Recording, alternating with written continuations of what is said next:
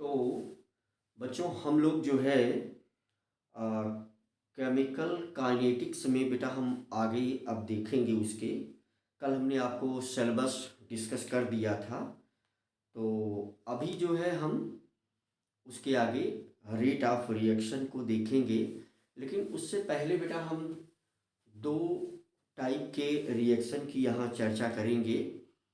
तो एक जो उसमें था classification of the reaction on the basis of rate, है ना। तो ये हम लोग देख सकते हैं। कल हमने जो है उसका क्लासिफिकेशन जनरली कर दिया था, तो एक एक पॉइंट में इसको हम डिस्कस कर लेते हैं। जैसे ये है आपका classification of reaction on the basis of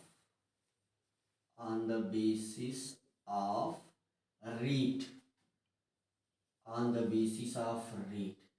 इसका सेंस ये है बच्चों कि कोई रिएक्शन कितनी तेज चल रही है, कितनी स्लो चल रही है। तो इसके बेस पर जो पहला रिएक्शन वेरी फास्ट रिएक्शन है ना, तो number one very fast reaction, very fast reaction.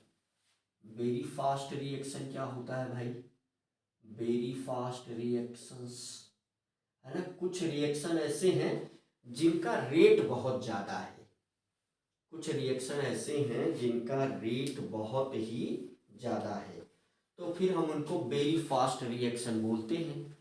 कुछ रिएक्शन ऐसे हैं जिनका रेट बहुत ज़्यादा है, मीन्स वो बहुत तेज़ी से हो जा रहा है, तो उनको हम वेरी फास्ट रिएक्शन बोल देंगे।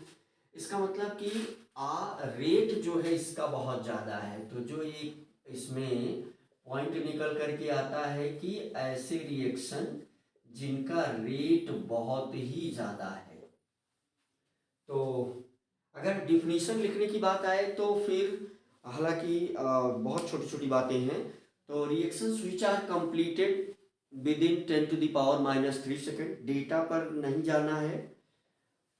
विच are completed within reactions which are completed, तो यहाँ हम एक लाइन लिख दे रहे हैं कि reactions which are completed, reactions which are completed, which are completed within, which are completed within 10⁻³ second, है ना। तो ऐसी रिएक्शन जो है बहुत ज़्यादा फास्ट रिएक्शन है, और इसकी केमिकल काइनेटिक स्टडी भी की कोई आवश्यकता नहीं है, क्योंकि जैसे ही हम दो रिएक्टेंट को मिलाते हैं वैसे ही प्रोडक्ट बन जाता है। तो फिर हम इस चैप्टर में फिलहाल अभी बेटा ऐसे रिएक्शन की काइनेटिक्स की स्टडी हम नहीं करेंगे। तो इसका एग्जाम्पल जैसे you can say a neutralisation reaction, neutralisation reaction सभी बच्चे जानते हैं। न्यूट्रलाइजेशन रिएक्शन, न्यूट्रलाइजेशन रिएक्शन में एसिड और बेस का रिएक्शन है। कोई एसिड और बेस आप मिला दो, जैसे ये HCl जो हम बहुत लो क्लास से लिखते आ रहे हैं, HCl प्लस ये NaOH, तो ये तुरंत क्या बन जाने वाला है?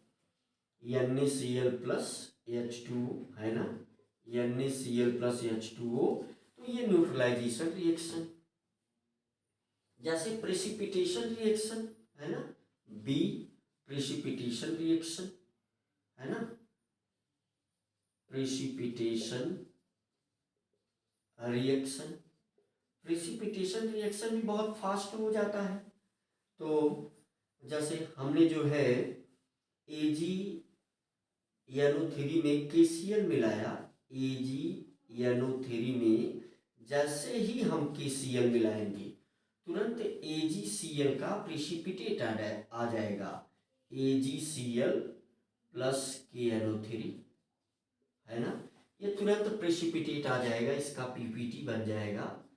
तो फिर इस रिएक्शन की काइनेटिक स्टडी, क्योंकि ये बहुत फास्ट हैं, तो साइंस में तो हम कुछ भी चीज़ों को असंभव, इम्पॉसिबल नहीं बोलते, फिर भी इनकी काइनेटिक स्टडी हम यहाँ नहीं करेंगे, है ना।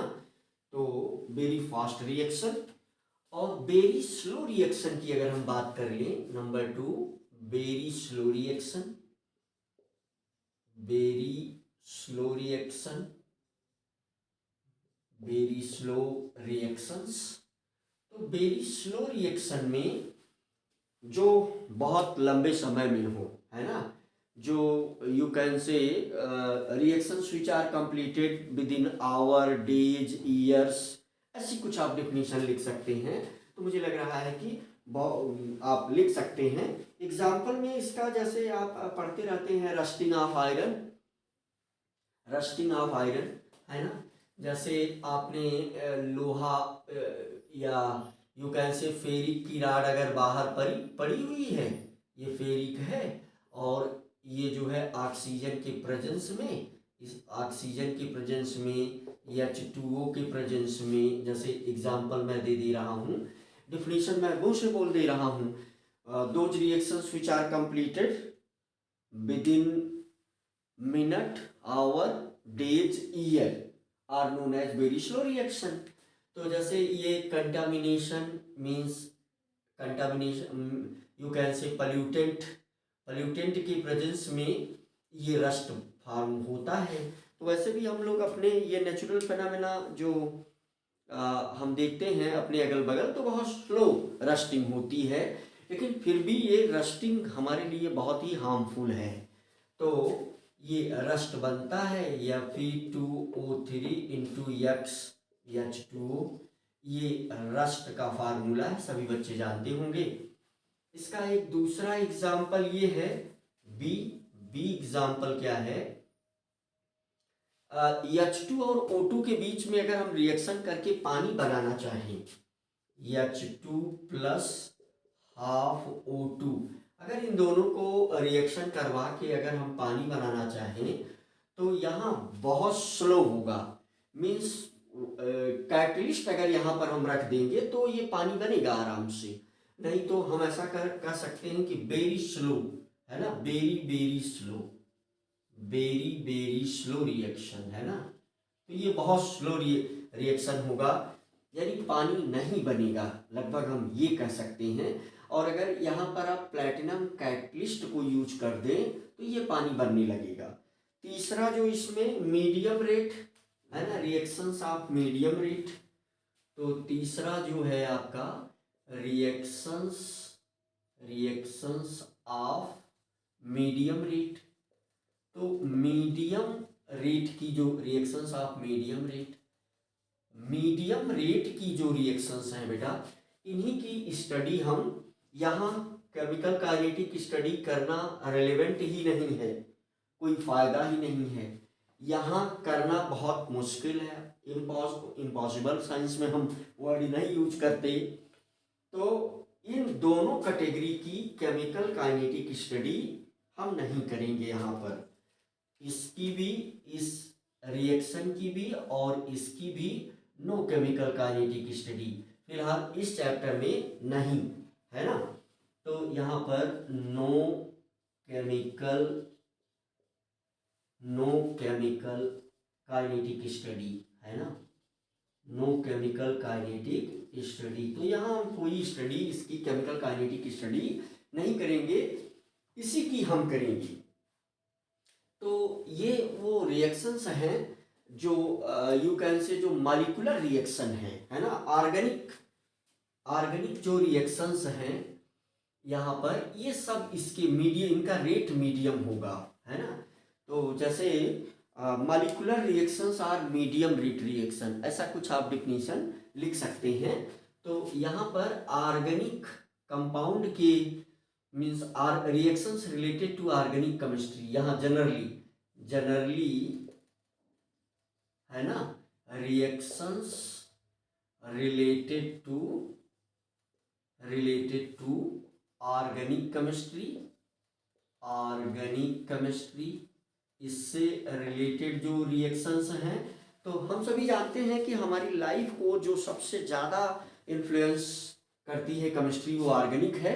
तो कुल मिलाकर के मोटे मोटे तौर पर हम ये कह सकते हैं कि मैक्सिमम रिएक्शन की काइनेटिक स्टडी करेंगे, क्योंकि मैक्सिमम रिएक्शन इसी टाइप की होती हैं। इनका परसेंटेज नंबर ऑफ रिएक्शन, अगर हम टोटल रिएक्शन 1000 एज्यूम कर लें तो मुश्किल से इनका नंबर 5 ही आएगा, और 995 जो रिएक्शन है वो यहीं आएगा, इसी कैटेगरी में आएगा। ऑर्गेनिक रिएक्शन और इसमें मॉलिक्यूलर रिएक्शन है ना। तो generally reactions related to organic chemistry and reactions related to molecules है ना। तो यहाँ पर मॉलिक्यूलर रिएक्शन है ना, जो ये मॉलिक्यूलर रिएक्शन है, मॉलिक्यूलर रिएक्शंस, तो ये इस कैटेगरी में आएंगी। जैसे हम अगर इसका एग्जाम्पल दे दें तो एक एग्जाम्पल हमने दे दिया, ये हमने इसका एग्जाम्पल दे दिया NH4NO2। अब ये मॉलिक्यूल है, डिकम्पोज होगा।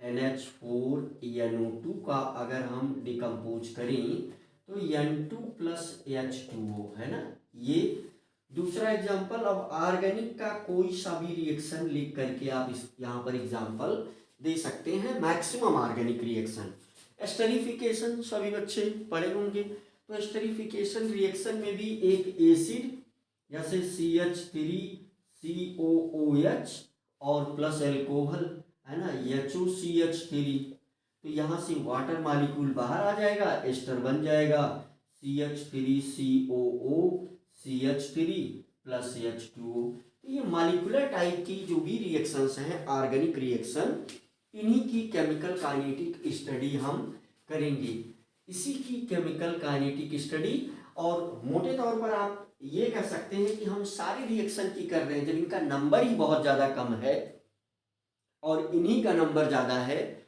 और यही हमारी लाइफ को ज़्यादा प्रभावित कर रही हैं। तो इसका मतलब मोटे तौर पर हम ये कह सकते हैं कि हम सारे रिएक्शन की काइनेटिक स्टडी करने जा रहे हैं। ठीक है, तो ये एक जनरल सी बात हमने आपको बता दिया। अब एक स्टेप, एक डिस्कशन हम और छोटा सा कर लेंगे आपके साथ, एलिमेंट्री रिएक्शन और कॉम्प्लेक्स रिएक्शन है ना। तो कॉम्प्लेक्सिटी मीन्स कॉम्प्लिकेशन के बेस पर जो क्लासिफिकेशन है उसमें कभी कभी उसके स्टेटमेंट टाइप के क्वेश्चन पूछे जाते हैं। तो फिर वो चीज़ हम 2-3 पॉइंट में देख लेते हैं, फिर हम रेट ऑफ रिएक्शन और फिर उसके क्वेश्चन करेंगे बेटा। ठीक है, तो नोट्स आप जरूर बनाएं। ठीक है कि थोड़ा सा आप स्लो सीखेंगे लेकिन इससे आपका कॉन्फिडेंस ज़्यादा बूस्ट होगा। तो चलिए हम लोग जो है एक और क्लासिफिकेशन बेस्ड ऑन कॉम्प्लिकेशन है ना। तो classification based on complication, complexity के बेस पर कल हमने ये चीज़ लिख दिया है। तो मीन्स एलिमेंट्री रिएक्शन और जो है कौन सी रिएक्शन, कॉम्प्लेक्स रिएक्शन। तो इस चीज को हम देख लेते हैं। जैसा कि क्लासिफिकेशन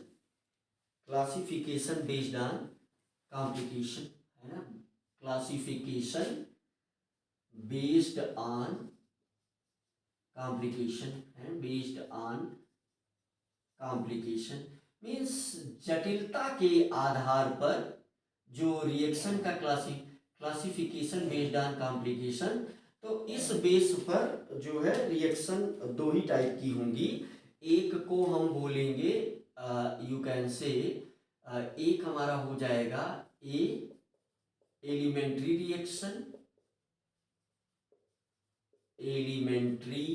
रिएक्शन और दूसरा हमारा हो जाएगा बी कॉम्प्लेक्स रिएक्शन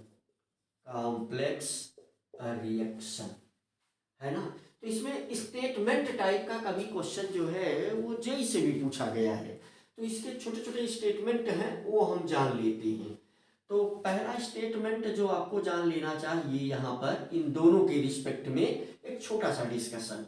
पहला स्टेटमेंट जो आपको जान लेना चाहिए वो ये है बेटा कि all those reactions are known as elementary reaction which are completed in single step है ना। Those reactions which are completed in single step are known as elementary reaction. Those reactions which are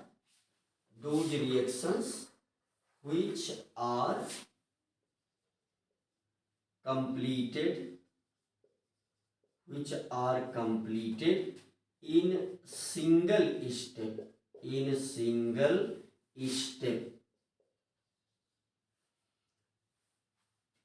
those reactions. अब जो इसको हम क्या बोलेंगे, elementary reaction बोलेंगे, elementary reactions बोलेंगे। ठीक है बेटा। तो जैसे एग्जांपल इसका जैसे हम पिछला भी एग्जांपल दिए थे वही आज भी हम दे रहे हैं। इससे आपको याद करने में सुविधा होगी। बाद में जब चैप्टर कंप्लीट हो जाएगा तो चीज़ें बहुत ही नॉर्मल हो जाएंगी। तो जैसे यनो का रिएक्शन अगर हम O3 से कराएं तो ये एक ही स्टेप में NO2 बना देगा, है ना, और O2 यहाँ से मिल जाएगी आपको, NO प्लस O3। तो ये एलिमेंट्री रिएक्शन का एग्जाम्पल है। और कॉम्प्लेक्स रिएक्शन हम किसको बोलेंगे, कॉम्प्लेक्स रिएक्शन हम उसे बोलेंगे those reactions which are completed in more than one step, है ना। तो इसकी डिफिनीशन हम क्या लिख सकते हैं, those reactions which are completed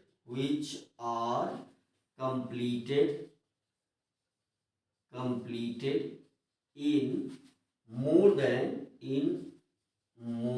than one step। मोटे तौर पर हम इसको क्या बोलेंगे, हम इसको कॉम्प्लेक्स रिएक्शंस बोलेंगे। मोटे तौर पर हम ये कह सकते हैं कि बहुत सारी एलिमेंट्री रिएक्शन अगर किसी रिएक्शन के लिए लिखी जाए तो हम ये कहेंगे कि वो रिएक्शन कॉम्प्लेक्स रिएक्शन है। जैसे कल हमने एक एग्जाम्पल दिया था, उसको हम फिर से दे देते हैं। तो यहाँ पर हमने एग्जाम्पल दिया था कि ये आपका NO2 प्लस CO गिव्स, है ना, NO2 plus CO gives NO plus CO2। तो ये कॉम्प्लेक्स रिएक्शन है। ये कैसी रिएक्शन है, ये कॉम्प्लेक्स रिएक्शन है। बहुत सारी रिएक्शन ऑर्गेनिक अगर आप पढ़ चुके हैं तो बहुत सारी रिएक्शन की मैकेनिज्म जो लिखी जाती है उसमें जितने स्टेप्स इन्वॉल्व हो रहे हैं वो सारे स्टेप को हम एलिमेंट्री रिएक्शन ही बोलते हैं। तो जैसे हमने कल बताया कि ये डायरेक्ट नहीं होगी, इसमें दो एलिमेंट्री रिएक्शन होगा। एक तो पहले NO2 और NO2 आपस में मिल करके NO3 और NO में कन्वर्ट हो जाएंगी। अब ये NO3 CO को ऑक्सीडाइज कर देगा। अब ये जो आपका NO3 बन गया ये CO को क्या करेगा, ऑक्सीडाइज कर देगा। तो ये CO2 में कन्वर्ट हो जाएगा और ये स्वयं NO2 में कन्वर्ट हो जाएगा, है ना। तो प्लस CO2 में कन्वर्ट हो गया। इन दोनों को कल हम जोड़ भी दिए थे तो वो बन गया था। इसका मतलब एक पॉइंट यहाँ पर ये है कि ये जो आपका NO3 है ये इंटरमीडिएट मॉलिक्यूल है ना। ये कैसा है, इंटरमीडिएट मॉलिक्यूल है। इंटरमीडिएट मॉलिक्यूल बीच में ये बन रहा है। इस दोनों को सेपरेटली हम क्या बोलेंगे, एलिमेंट्री रिएक्शन। अब आप बहुत क्लियरली शायद समझ पा रहे हैं कि ये एलिमेंट्री रिएक्शन दोनों मिल करके इस ऊपर वाले रिएक्शन की मैकेनिज्म बना रही है ना। ये दोनों रिएक्शन अगर हम मिला दें तो इस ऊपर वाले रिएक्शन की, ये दोनों रिएक्शन मिल करके मैकेनिज्म बना रही। कल भी हमने इस बात की चर्चा कर लिया था। तो इस रिएक्शन की ये क्या है, मैकेनिज्म है। दोनों स्टेप को अगर हम एक साथ जोड़ दें तो हम ये कहेंगे कि ये उस रिएक्शन की मैकेनिज्म लिखी गई। अब तीसरा पॉइंट हमको ये जानना है कि अगर कोई रिएक्शन एलिमेंट्री है तो उसका आर्डर ऑफ रिएक्शन और मॉलिक्यूलरिटी दोनों सेम होगा। अब ये इंफॉर्मेशन है अभी के लिए, जब आप मॉलिक्यूलरिटी और आर्डर ऑफ रिएक्शन पढ़ लेंगे तो इसकी फील और आएगी। अगर आपने पढ़ा है तो और अच्छा आप समझ रहे होंगे। तो एलिमेंट्री रिएक्शन वही होगा, मीन्स हम उसी रिएक्शन को एलिमेंट्री रिएक्शन कहेंगे। Elementary reaction, elementary reaction, elementary reactions वही होंगे जिनके लिए क्या कंडीशन लगा दी गई कि इनकी molecularity and order of reaction, order of molecularity is equal to order of reaction। अगर ऐसा कोई रिएक्शन हमें मिल जाए जिसकी मॉलिक्यूलरिटी और ऑर्डर ऑफ रिएक्शन दोनों सेम हो तो हम उसको एलिमेंट्री रिएक्शन बोल सकते हैं, है ना। एलिमेंट्री के लिए कंडीशन है। चौथा एक इंफॉर्मेशन आपको ये जान लेना पड़ेगा कि अगर कोई ऐसी रिएक्शन आपको मिल गई, रैंडमली कोई रिएक्शन आपको मिल गई और इस रिएक्शन का जो ऑर्डर ऑफ रिएक्शन है, ऑर्डर जो है, ऑर्डर ऑफ रिएक्शन, इस हमें कोई रिएक्शन मिल गई, इसका जो ऑर्डर ऑफ रिएक्शन है अगर ये फ्रैक्शनल हो जाए, इसकी वैल्यू फ्रैक्शनल वैल्यू आ जाए, order of reaction, order of reaction ये क्या आ जाए, equal to fractional value, fractional value, तो फिर ऑर्डर ऑफ रिएक्शन अगर फ्रैक्शनल वैल्यू में आ गया तो फिर ये एलिमेंट्री रिएक्शन नहीं हो सकता। तो ये फिर एलिमेंट्री रिएक्शन, एलिमेंट्री रिएक्शन नहीं हो सकता, नहीं हो सकता। क्यों नहीं हो सकता? क्योंकि मॉलिक्यूलरिटी, इसका रीजन क्या है, इसका रीजन क्योंकि मॉलिक्यूलरिटी कभी फ्रैक्शन में नहीं होती, क्योंकि मॉलिक्यूलरिटी कभी फ्रैक्शन में नहीं होती, तो value of molecularity is not fractional.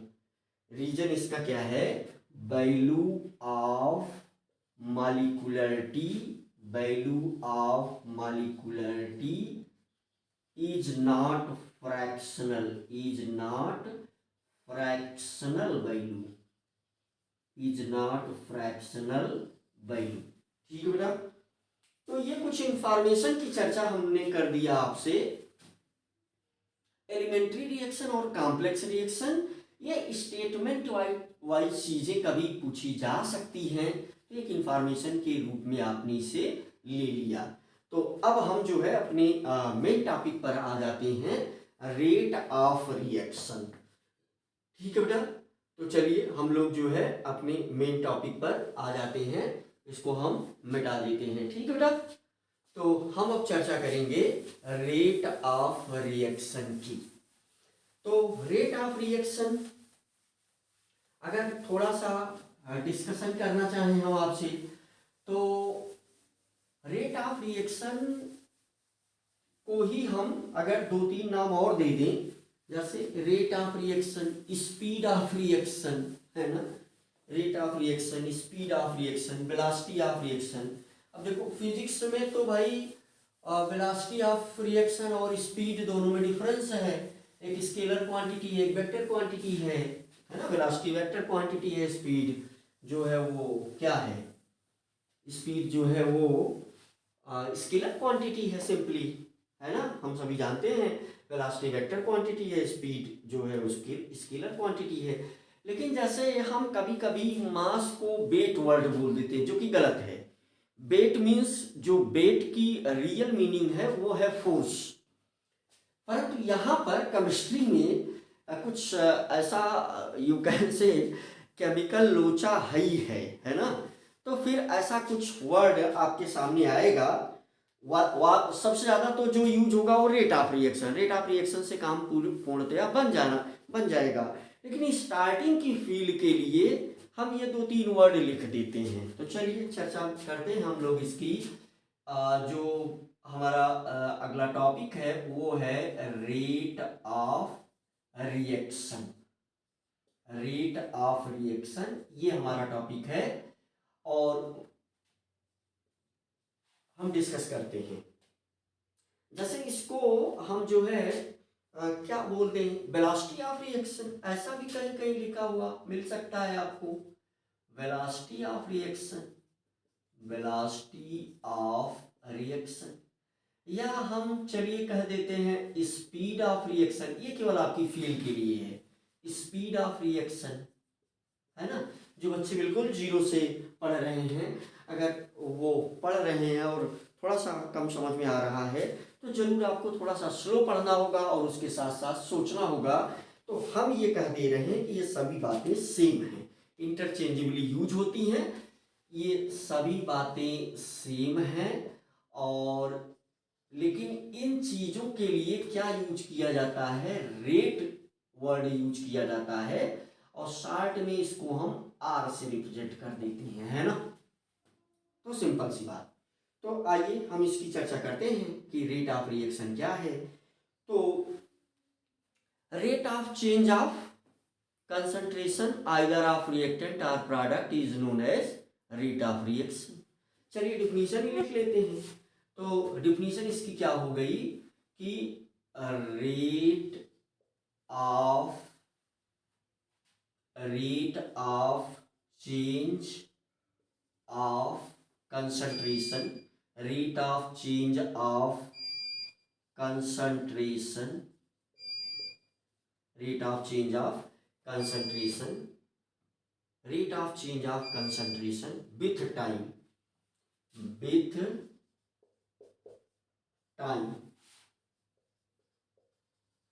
is known as rate of reaction.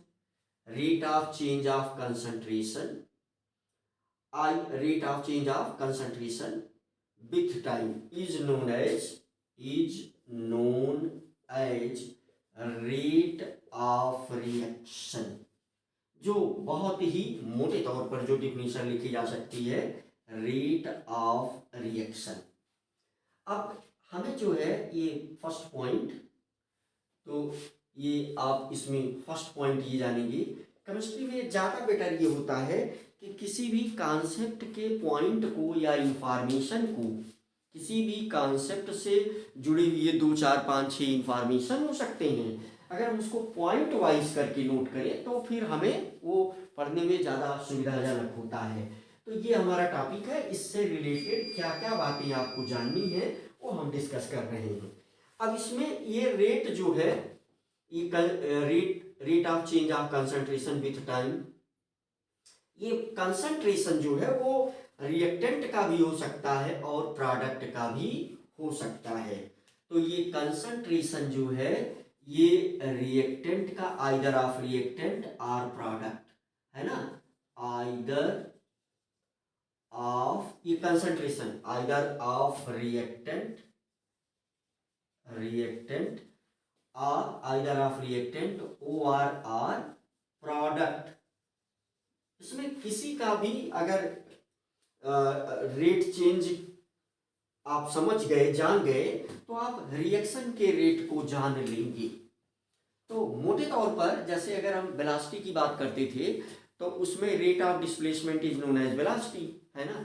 तो अब यहाँ पर अगर हम कोई एक जनरल रिएक्शन, अब इसमें हम जनरल रिएक्शन का सहारा लेते हैं। जनरल रिएक्शन का सहारा क्यों लेते हैं? क्योंकि उसी प्रकार की दुनिया की सारी रिएक्शन लिखी जा सकती हैं। अब अगर हम सबसे जनरल कोई रिएक्शन लिख दें इसके नीचे, है ना, हमें रेट को डिफाइन करना है, तो एग्जाम्पल लेते हैं हम इसके नीचे, है ना। और ये मुझे लग रहा है कि बिल्कुल क्लियर हो गया आपको कि चाहे वो रिएक्टेंट के कंसंट्रेशन चेंज हो विथ टाइम के साथ, चाहे वो प्रोडक्ट का कंसंट्रेशन चेंज हो विथ टाइम के साथ, है ना। तो जैसे बहुत अगर हम जनरल रिएक्शन लिख दें, सबसे जनरल रिएक्शन फॉर एग्जांपल, तो ये हो गया आपका, जैसे हमें पता है कि रिएक्टेंट प्रोडक्ट में कन्वर्ट होता है, रिएक्टेंट किस में कन्वर्ट होता है? प्रोडक्ट में। अब ये सारे रिएक्शन का जनरल फॉर्म है, मीन्स दुनिया की सारी रिएक्शन का ये जनरल फॉर्म हम कह सकते हैं। अब इससे थोड़ा सा समझना, क्योंकि आर बार बार हम उसमें भी यूज करेंगे रेट के लिए भी, तो बेटर होगा कि इसको ए और बी हम लिख दें। ए गिव्स बी, तो बी जो है, ए जो है उसको हम रिएक्टेंट एज्यूम कर लें, बी को हम प्रोडक्ट एज्यूम कर लें, है ना। तो अब इसका कुछ भी कंसंट्रेशन हो सकता है, चाहे जो भी कंसंट्रेशन हो, तो इसका जो कंसंट्रेशन है उसमें चेंज क्या आ रहा है ना। तो अगर हम ये एज्यूम कर लें कि इसका कंसंट्रेशन डेल्टा यक्स कंसंट्रेशन, इसका delta x concentration delta T time में चेंज हो रहा है ना। मींस डेल्टा यक्स कंसंट्रेशन,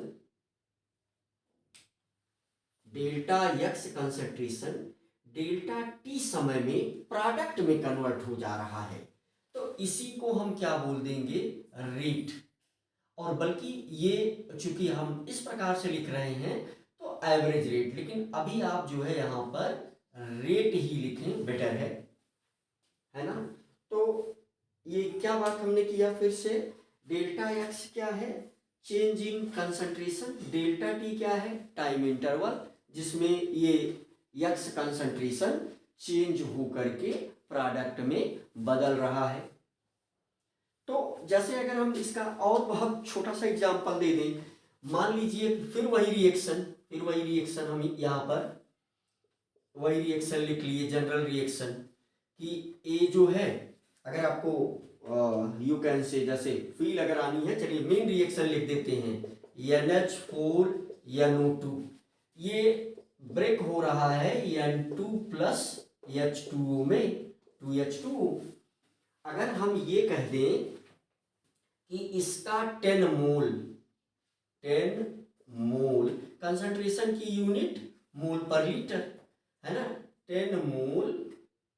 10 मोल रिएक्टेंट, ये 10 मिनट में 10 मोल रिएक्टेंट 10 मिनट में ये डिकम्पोज होकर के प्रोडक्ट बना दिया, तो इसका रेट, तो हमें दोनों चीज मिल गई, यानी कंसंट्रेशन चेंज जो है वो 10 मोल है ना, कंसंट्रेशन की यूनिट तो मोल पर लीटर है ही है, सिंपली मोल पर लीटर है कंसंट्रेशन की यूनिट। तो अगर इसका 10 मोल कंसंट्रेशन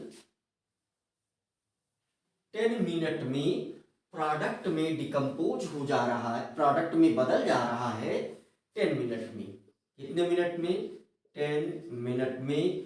मैं जानबूझ करके स्लो हूं जिससे आपको एक फील आए। तो इसका मतलब कि यहां पर ये वैल्यू किसकी हो गई, डेल्टा एक्स की, और ये वैल्यू किसकी हो गई, डेल्टा टी की।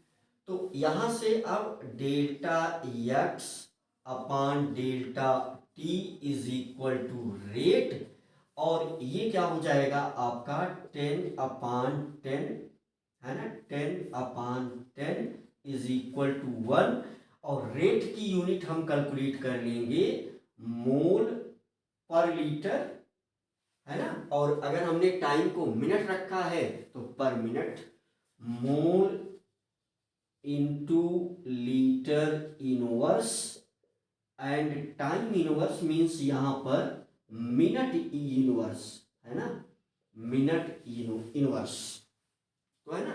तो ये रेट क्या आ गया इसका, 1 मोल पर लीटर पर मिनट, हम ऐसा बोल सकते हैं। मुझे उम्मीद है कि ये बात आपको समझ में आई होगी। तो यहाँ पर एक मोटे तौर पर हम दो प्रकार के रेट की चर्चा करेंगे। रेट में हम एक तो एवरेज रेट की चर्चा करेंगे, average rate of reaction, average rate of reaction, average rate of reaction. तो एवरेज रेट को हम जो है ऐसे शॉर्ट में ए और आर लिख देंगे, एवरेज रेट। और एक हम instantaneous rate of reaction, instantaneous rate of reaction, instantaneous rate की चर्चा करेंगे। और instantaneous rate of reaction, instantaneous rate of reaction को dx/dt से रिप्रेजेंट किया जाएगा, मीन्स आर, है ना। dx by d t is equal to R. dx by d t क्या है, रेट ही है और ये इंस्टेंटेनियस है। मुझे उम्मीद है ये मोटी मोटी बातें आपको समझ में आ रही होंगी। टॉपिक हमारा ये है, हम कुछ पॉइंट इसमें समझना चाह रहे हैं, है ना।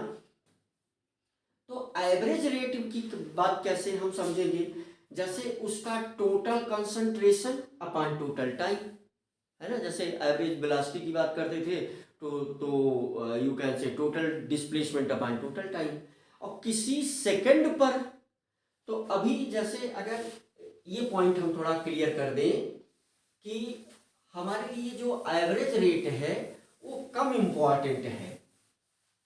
हमारे लिए जो एवरेज रेट है वो उतना इम्पॉर्टेंट नहीं है, हमारे लिए इंस्टेंटेनियस रेट बहुत ही ज़्यादा इम्पॉर्टेंट है। यानी अब इस सब्जेक्ट का गोल क्या है, हम रिएक्शन की मैकेनिज्म लिखना चाहेंगे। इस सब्जेक्ट का अल्टीमेट गोल क्या है कि हम किसी रिएक्शन की मैकेनिज्म को लिख सकें, जान सकें, समझ सकें। तो हमें एवरेज रेट से मैकेनिज्म को लिखने में, वो हमारे लिए मैकेनिज्म को लिखने में हेल्पफुल नहीं है। इंस्टेंटेनियस रेट से हम मैकेनिज्म को लिख सकते हैं, यानी इंस्टेंटेनियस रेट हेल्पफुल है मैकेनिज्म को लिखने में। तो दूसरा इंफॉर्मेशन, दूसरे पॉइंट का इंफॉर्मेशन यहाँ पर आप पॉइंट नंबर सेकंड, तो ऐसे आप बना सकते हैं एक चार्ट फॉर्म में। तो ये जो रेट है वो दो प्रकार का, एक तो इंस्टेंटेनियस रेट, चलिए हमने शॉर्ट में ये इंस्टेंटेनियस रेट और ये एवरेज रेट। तो ये ज़्यादा इम्पॉर्टेंट है, मोर इम्पॉर्टेंट। ये क्या है, मोर इम्पॉर्टेंट है, अधिक इम्पॉर्टेंट है ये हमारे लिए। ये लेस इम्पॉर्टेंट है, कम इम्पॉर्टेंट है ये हमारे लिए, है ना। लेस इम्पॉर्टेंट, लेस इम्पॉर्टेंट, कम इम्पॉर्टेंट है हमारे लिए। रीजन क्या है इसका, मैंने साफ बता कर दिया कि ये इससे हमें हेल्प मिलेगी मैकेनिज्म को लिखने में, है ना। मैकेनिज्म को एक्सप्लेन करने में हमें जो है हेल्प मिलेगी, और इससे जो है मैकेनिज्म को लिखने में हेल्प नहीं मिलेगी। इससे मैकेनिज्म को लिखने में हेल्प मिलेगी, इससे मैकेनिज्म को लिखने में हेल्प नहीं मिलेगी। इसीलिए ये जो दो प्रकार के रेट हैं, एवरेज रेट और इंस्टेंटेनियस रेट, एवरेज रेट और इंस्टेंटेनियस रेट में इंस्टेंटेनियस रेट हमारे लिए ज़्यादा इम्पॉर्टेंट है। और केस स्टडी लेकर के इसको थोड़ा और क्लियर कर देता हूँ, है ना। दूसरा पॉइंट आपने जाना, है ना। तो हम एक जो है छोटी सी कहानी आपको सुना करके इसको और क्लियर कर देते हैं। देखो, जैसे आप घर में, सोचो ऐसे, जैसे आप घर में सब्जी आप बना रहे हो, अगर सब्जी बन गई, बन के तैयार हो गई, तो उस सब्जी की क्वालिटी में आप कोई परिवर्तन कर पाओगे नहीं। तो इसका मतलब जब वो बन गई, तो बनने का चाहे जो भी रेट रहा हो, तो टोटल जो समय लगा और टोटल जो बनने में टाइम लगा, उसका समय चाहे जो भी रहा हो, तो उससे सब्जी की क्वालिटी में आप कोई परिवर्तन नहीं कर पाओगे। अब चलो एक हम मेडिसिन का एग्जांपल लेते हैं। मान लीजिए कोई रिएक्शन करा करके हम एक जो है मेडिसिन बना रहे हैं, और वो रिएक्शन हो गई, मेडिसिन बन गई, तो मेडिसिन की क्वालिटी को हम इम्प्रूव नहीं कर पाएंगे। और अगर हम उसका यू कैन से एवरेज रेट से हमें यही पता चला कि भाई टोटल ये रिएक्टेंट था, ये मेडिसिन बन गई टोटल टाइम में, है ना। तो हम उसमें क्या ही चेंज करेंगे, किस फैक्टर को हम घटाएंगे या बढ़ाएंगे जिससे मेडिसिन की क्वालिटी हमारी और अच्छी बन सके, तो हमारे पास कोई रास्ता ही नहीं है। लेकिन अगर हम इंस्टेंटेनियस रेट जान रहे हैं, हर सेकंड पर क्या परिवर्तन हो रहा है, तो हम टेम्परेचर, प्रेशर, इन चीज़ों को रेगुलेट करके बेस्ट प्रोडक्ट, बेस्ट मेडिसिन, है ना, या अगर हम सब्जी बनने की प्रक्रिया को हर सेकंड पर वॉच कर सकें, यानी इंस्टेंटेनियस रेट पर, रेट मीन्स हमको ये क्या दे रहा है आपकी फील के लिए कि हम इस पर, उस जो रिएक्शन हमारे सामने हो रहा है उस पर हर सेकंड नज़र रख रहे हैं, और जब हम चाहें तो उसको चेंज कर सकते हैं, और चेंज करके हम बेस्ट प्रोडक्ट बना लेंगे। लेकिन जब वो बन ही जाएगा, यानी एवरी सेकंड, हर सेकंड पर यहाँ पर आप वॉच कर ले रहे हैं, पर वॉच पर सेकंड है ना, यहाँ पर आप हर सेकंड वॉच कर ले रहे हैं, वॉच पर सेकंड।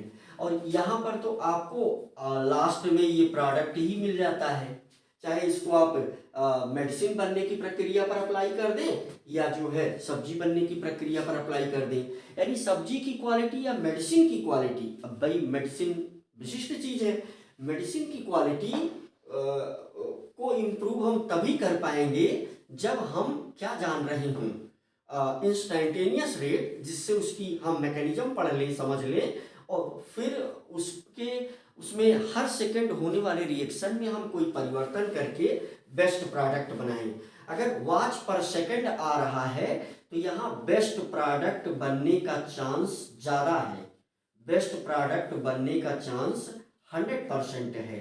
और यहाँ पर बेस्ट प्रोडक्ट वो अगर संयोग है तो बन गया, लेकिन यहाँ पर चांस हम ये कह सकते हैं कि 0.01% है ना। ये आपके फील के लिए ये हमारी छोटी सी स्टोरी थी।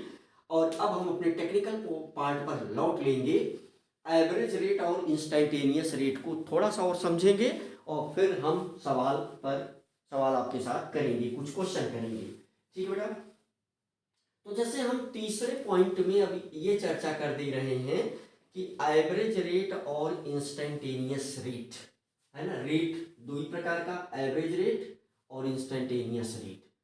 तो तीसरे पॉइंट में ये मोटी मोटी बातें, यानी रेट आपका ये दो टाइप का, एवरेज रेट और इंस्टेंटेनियस रेट। तो ये एवरेज रेट कैसे निकलता है, total concentration change, total concentration change upon total time. और यहाँ पर instantaneous rate means dx by dt, very small concentration change, very small concentration change very small time interval, in very small time interval, तो मुझे लग रहा है कि अब चाहे जितना भी वीक बच्चा होगा वो बहुत अच्छे से समझ चुका होगा। तो आइए हम जो है चौथे पॉइंट में, रेट ऑफ रिएक्शन के फोर्थ पॉइंट में हम कुछ जनरलाइजेशन करते हैं, है ना, कुछ सामान्य पॉइंट को हम जानने का प्रयास करते हैं। जैसे एक तो रिएक्शन के लिखने का तरीका वही सिंपल हमने बताया, ए रिएक्टेंट है किसमें कन्वर्ट हो गया, प्रोडक्ट में, ए रिएक्टेंट है किसमें कन्वर्ट हो गया, बी में, प्रोडक्ट में। ए क्या है, रिएक्टेंट है, बी क्या है, प्रोडक्ट है। अब ये बात बिल्कुल सही है कि इसको बहुत सारे फैक्टर इन्फ्लुएंस करेंगे, जैसे कंसंट्रेशन इन्फ्लुएंस करेगा, टेम्परेचर इन्फ्लुएंस करेगा, प्रेशर इन्फ्लुएंस करेगा, प्रेजेंस ऑफ लाइट इन्फ्लुएंस करेगी, है ना, और यू कैन से, तो ये सब इसके रेट को क्या करेंगे, इन्फ्लुएंस करेंगे। तो अब मीन्स रिएक्शन तो हम सबसे जनरल फॉर्म में ऐसे ही लिख सकते हैं, और अगर रिएक्शन कुछ हम और नॉर्मल फॉर्म में लिखें तो जैसे मैंने लिख दिया N1A प्लस, अब ये कॉफिशिएंट यूज होने लगा, N1A plus N2B gives M1C plus M2D।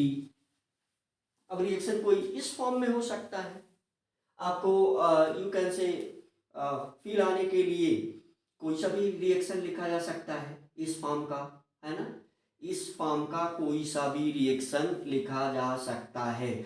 सिर्फ आपको फील आने के लिए रिएक्शन मैं लिख दे रहा हूं, जैसे मान लीजिए मैंने लिख दिया acetic anhydride CH3CO twice O plus twice NaOH gives क्या बना लेगा 2 CH3COO बहुत सिंपल रिएक्शन Na और प्लस H2O है ना। तो सिंपल सी बात, यहाँ पर इसके लिए N1 की वैल्यू क्या है 1, इसके लिए N2 की वैल्यू क्या निकल करके आ रही है 2, इसके लिए जो है M1 की वैल्यू क्या निकल करके आ रही है 2, इसके लिए M2 की वैल्यू क्या निकल करके आ रही है 1। स्टोइकियोमेट्रिक कोएफिशिएंट की बातें हैं। अब बहुत बार जनरल रिएक्शन लिख दिया जाता है तो बच्चों को लगता है कि ये पता नहीं केमिस्ट्री चल रहा है या कुछ और, इसलिए मैं ये रिएक्शन लिख ही दिया। एसिटिक एनहाइड्राइड का NaOH के साथ जो रिएक्शन है, ये कंपाउंड सोडियम एसीटेट है ना, वगैरह वगैरह, इसको हम मिटा ही देते हैं एक सामान्य अंडरस्टैंडिंग के लिए। देखो अब ये इस टाइप का रिएक्शन हो गया ना, ऐसे भी सारे रिएक्शन हैं। अगर भाई स्टोइकियोमेट्रिक कोएफिशिएंट कुछ नहीं होगा तो एक तो होगा ही, तो इसलिए सबसे जनरल फॉर्म जो रिएक्शन का है वो N1A N2B M1C M2D की फॉर्म में लिखा जा सकता है। तो चलिए पॉइंट पर आते हैं। अब जैसे इसके लिए एवरेज रेट की बात तो हमने कर ही लिया, एवरेज रेट उतना ही है, लेकिन अब जो इंस्टेंटेनियस रेट है जो कि ज़्यादा इंपॉर्टेंट है, जिसको हमने कहानी के माध्यम से आपको समझाया भी, तो यहाँ पर इसके लिए रेट हम ये रेट इक्वेशन हमें लिखने आना चाहिए। तो मीन्स रेट, इसको हम क्या बोलते हैं dx/dt, मैंने ऊपर भी लिखा भी है, dx कुछ भी नहीं है, dx कुछ भी नहीं है, सिर्फ ये यही है वेरी स्मॉल कंसंट्रेशन चेंज। अब ये रिएक्टेंट भी हो सकता है, प्रोडक्ट भी हो सकता है, तो यानी रेट को हम ऐसे लिख देंगे तो इंस्टेंटेनियस रेट की ज्यादा फील आती है, और ऐसे भी लिख दिया जाता है रेट, है ना। तो ये दोनों प्रकार से लिख दिया जाता है, ऐसा लिखने से थोड़ा ज्यादा फील आ जाती है। तो ये तरीका अगर आप लिखना चाहें तो, चूंकि यहाँ रिएक्टेंट है तो ये डिसअपियर होगा, प्रोडक्ट बनेगा, डिसअपियर को हम माइनस साइन से नोट कर देंगे और अपीयर को हम प्लस साइन से, तो यहाँ से जो है, और स्टोइकियोमेट्रिक कोएफिशिएंट हमेशा अपान में जाएगा, तो माइनस साइन के साथ 1/N1 d concentration of A/dt equal to, this will equal to minus sign के साथ 1/N2 d concentration of A/dt, sorry very sorry, तो डी कंसंट्रेशन ऑफ B। देखिए दोनों में माइनस लगा दिया गया क्योंकि ये रिएक्टेंट है, रिएक्टेंट कम हो रहा है। माइनस साइन कुछ भी और नहीं बताता, सिर्फ इतनी बात बताता है कि भैया इसका कंसंट्रेशन घट रहा है, और माइनस साइन का कोई यूज नहीं है। और जैसे अब प्रोडक्ट में माइनस साइन हटा के प्लस, तो 1/, अगर कुछ नहीं लगा है तो plus M1 concentration of dC/dt equal to 1/M2 concentration of D/dt। ये बहुत सिंपल सा फॉर्म है। ये रेट इक्वेशन लिखने के तरीके पर भी सवाल पूछा जा चुका है, इवन दो जेईई में भी सवाल पूछा जा चुका है। अब हम ऐसे क्वेश्चन की यू कैन से सिर्फ रेट पूछ ले ऐसी संभावना नहीं है, ये बहुत ही ज्यादा रिलेवेंट है, आज भी जेईई इस पर क्वेश्चन पूछ रहा है। तो पहले हम बहुत सरल क्वेश्चन लेंगे बोर्ड के पॉइंट ऑफ व्यू से, और फिर हम इसी ये जो पैटर्न है लिखने का, उस पर जेईई भी आज क्वेश्चन पूछ रहा है, बिंदु जेईई एडवांस में भी क्वेश्चन पूछा गया है, नीट भी क्वेश्चन पूछ रहा है, तो फिर उस पर हम क्वेश्चन लेंगे। और मुझे लग रहा है कि ये इक्वेशन लिख करके आप जो है ये रेट इक्वेशन देख करके आप किसी भी दिए गए रिएक्शन के लिए आप रेट इक्वेशन लिख सकते हैं, और प्रैक्टिस कर ली। चलो हम लोग इस पर प्रैक्टिस कर लें थोड़ा सा। तो जैसे मान लो इसका एग्जाम्पल हम दे दें, है ना, इसका एग्जाम्पल दे ही दें जैसे कोई भी रिएक्शन, जो भी रिएक्शन आपको याद हो उस पर आप लिख करके प्रैक्टिस कर सकते हैं। और कोई बड़ा रिएक्शन दे करके, जैसे पुराना रिएक्शन जो हमने लिखा था उस पर भी आप इसको इस फॉर्म में लिख सकते हैं, है ना। तो हमारे पास कुछ छोटे छोटे क्वेश्चन हैं, आइए हम उस क्वेश्चन को ही कर लेते हैं, है ना। तो ये हमारे पास मोबाइल में कुछ क्वेश्चन हैं जिनको जो है आपके साथ हम डिस्कस कर ले रहे हैं। तो जैसे एक क्वेश्चन, मुझे ये बात ज़्यादा समझ में आती है बेटे कि अगर आप क्वेश्चन भी लिखें और आंसर भी करें तो वो आपके लिए ज़्यादा बेटर है, उससे आपकी अंडरस्टैंडिंग मेंटेन होती है। लेकिन बहुत स्लो अगर आप फील करेंगे तो आप कमेंट जरूर करिएगा, हम क्वेश्चन नहीं लिखेंगे। अभी मान लीजिए हम क्वेश्चन पढ़ देते हैं। तो जैसे इसमें फर्स्ट क्वेश्चन है, यू कैन से, जैसे एक क्वेश्चन इस प्रकार से, ये छोटा सा question, consider the reaction and answer the following questions, है ना। ये क्वेश्चन यहाँ पर ये क्वेश्चन लिखा गया है। पहला क्वेश्चन यहाँ पर, तो consider the reaction, consider the reaction and answer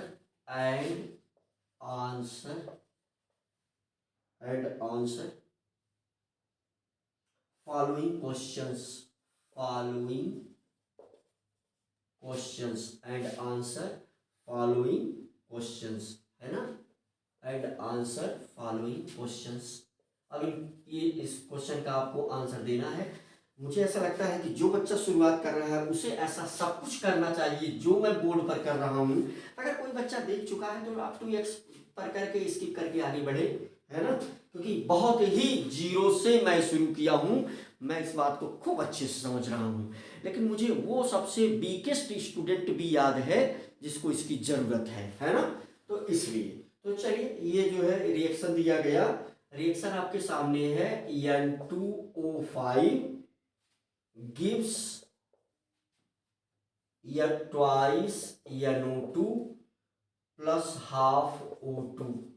तो अब इसमें हमसे पहला क्वेश्चन पूछा गया, क्या क्वेश्चन पूछा गया, what is the meaning of, हमसे पहला क्वेश्चन पूछा गया what is the meaning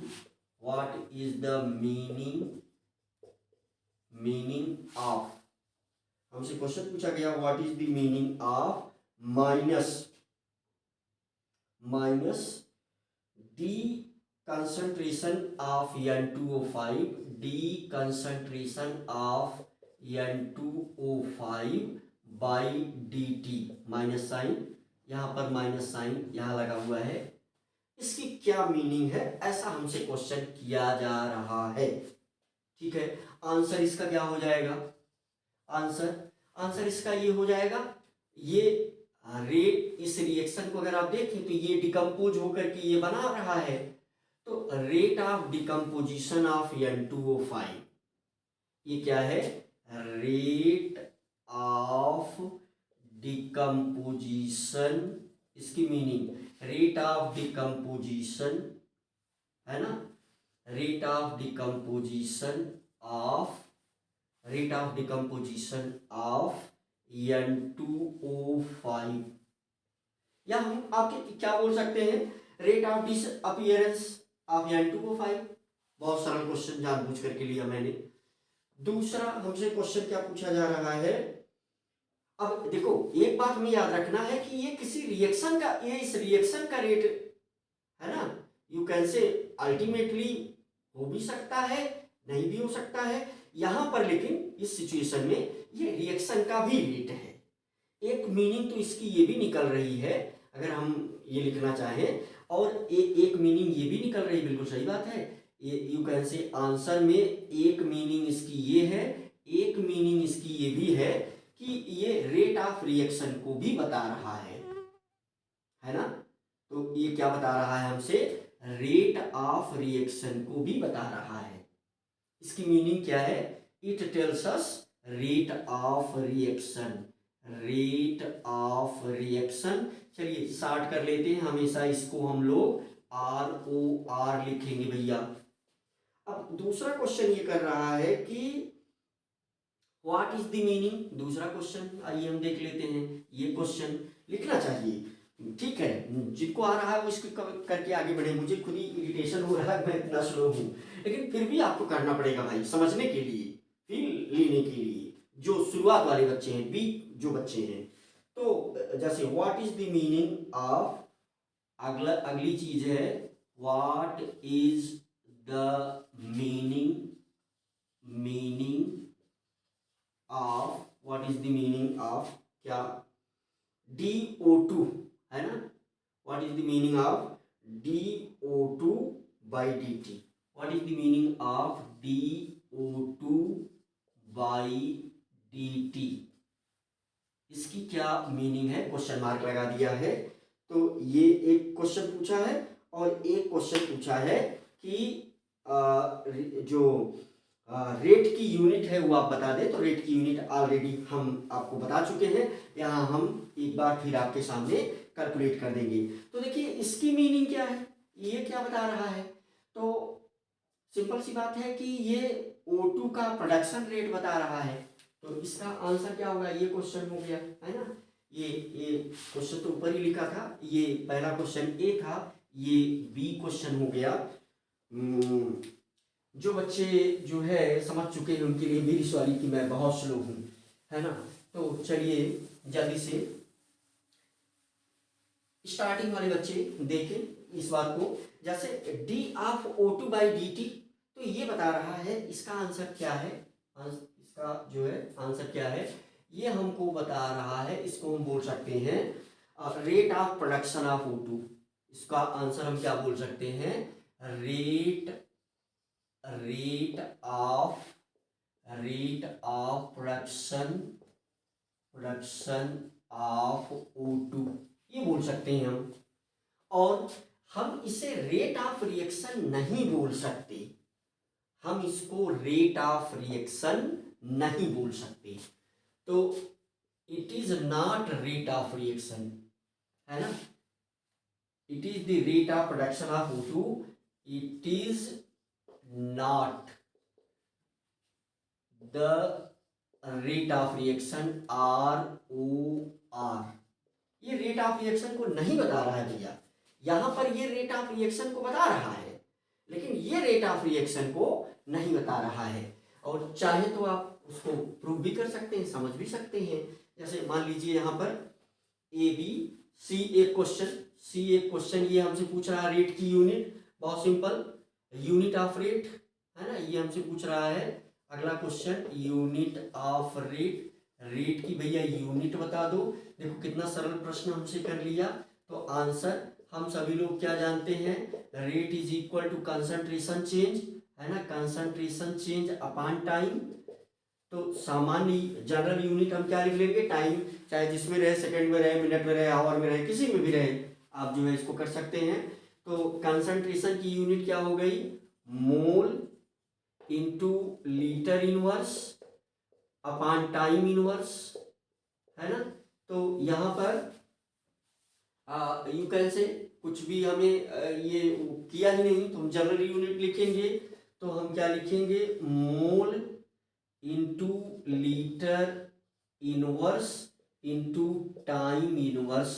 time ऐसे यही यूनिट लिखिए, टाइम इनवर्स लिखिए हमेशा, जो रहेगा, अगर सेकंड रहेगा सेकंड इनवर्स, मिनट रहेगा मिनट इनवर्स, ईयर रहेगा ईयर इनवर्स, ऐसा हम लिख सकते हैं। ये बहुत बहुत एलिमेंट्री क्वेश्चन आपके सामने हमने किया।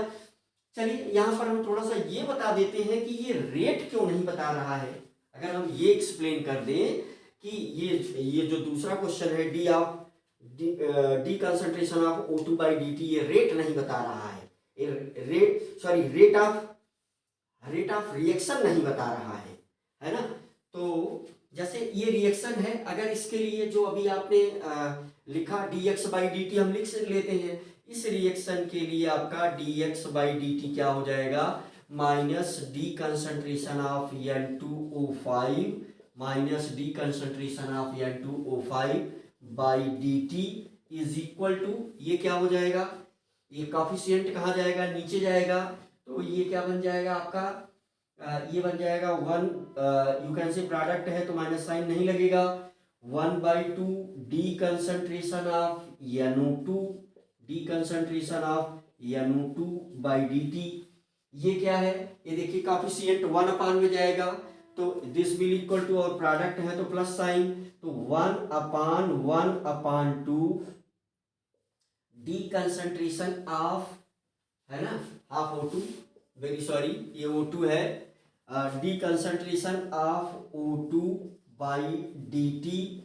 आप बहुत क्लियरली देख रहे हैं, ये 2 ऊपर चला जाएगा तो ये 2 में आ जाएगा, है ना। तो अब चाहे ये पार्ट हो, चाहे ये पार्ट हो, चाहे ये पार्ट हो, पूरा पूरा ये सभी रेट ऑफ रिएक्शन को बता रहे हैं। तो ये कुल मिलाकर के क्या आ जाएगा, ये 2 D concentration of O2 by dt, ये सभी हमको क्या बता रहे हैं, रेट ऑफ रिएक्शन बता रहे हैं।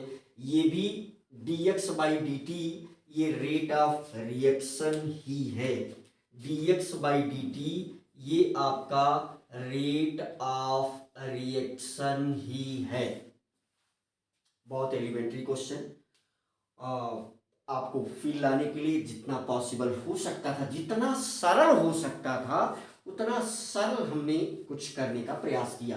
ये क्वेश्चन पूछा नहीं था लेकिन हमने एक्सप्लेन किया, है ना। तो ये रेट ऑफ रिएक्शन है ना, और ये भी रेट ऑफ रिएक्शन है। ये सारी चीजें ये भी आपको बता रहा है रेट ऑफ रिएक्शन, ये भी आपको बता रहा है, ये पूरी क्वांटिटी है ना, ये पूरी क्वांटिटी, ये पूरी क्वांटिटी है ना, ये पूरी की पूरी क्वांटिटी भैया, ये पूरी क्वांटिटी, और ये जो है आपकी ये पूरी क्वांटिटी, ये सब आपको क्या बता रहे हैं, रेट ऑफ रिएक्शन। देखो 2DO2 बाई dt है और ये DO2 बाई dt है, तो दोनों तो सेम बात नहीं हो सकती, वहां 2 से मल्टीप्लाई है ना। ये भी रेट ऑफ रिएक्शन बता रहा है। तो उम्मीद है कि ये छोटी मोटी बातें आपको अच्छे से क्लियर हुई होंगी। और हमें जो है थोड़ा सा वीडियो बहुत स्लो चलने की वजह से बेटा बहुत ही ज़्यादा क्या हो गया, स्लो हुआ है, मैं इस बात को समझ रहा हूँ, परंतु जो है जब हम नेक्स्ट क्वेश्चन बहुत फास्ट करेंगे तो आपको ऐसा लगेगा कि हाँ इन चीज़ों का इम्पोर्टेंस था। तो चलिए हम अगला वीडियो अपना क्वेश्चन से ही शुरुआत करेंगे, राइट।